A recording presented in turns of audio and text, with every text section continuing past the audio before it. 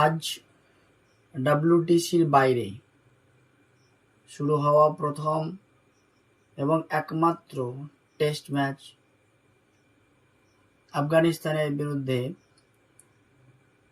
যেখানে ব্যাট হাতে দুর্দান্ত পারফরমেন্স করলেন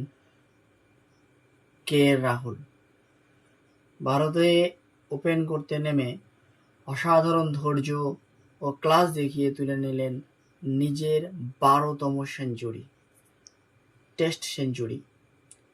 রাহুল 165 বলে 100 রান গড়েন এবং সাই সুদর্শনের সঙ্গে গড়েন গুরুত্বপূর্ণ 139 রানের পার্টনারশিপ। ভারতের বড় স্কোরের ভিত তৈরি করে দেন তিনি। একসময় 16 রানে জীবনদান পেলেও সেই সুযোগকে 17 রানে পরিণত করে সমালোচকদের জবাব দিলেন ক্লাসি কেএল। দিনের শেষে শুভমান গিলের সঙ্গে ভারতের দাপট, তার অন্যতম নায়ক ছিলেন রাহুল।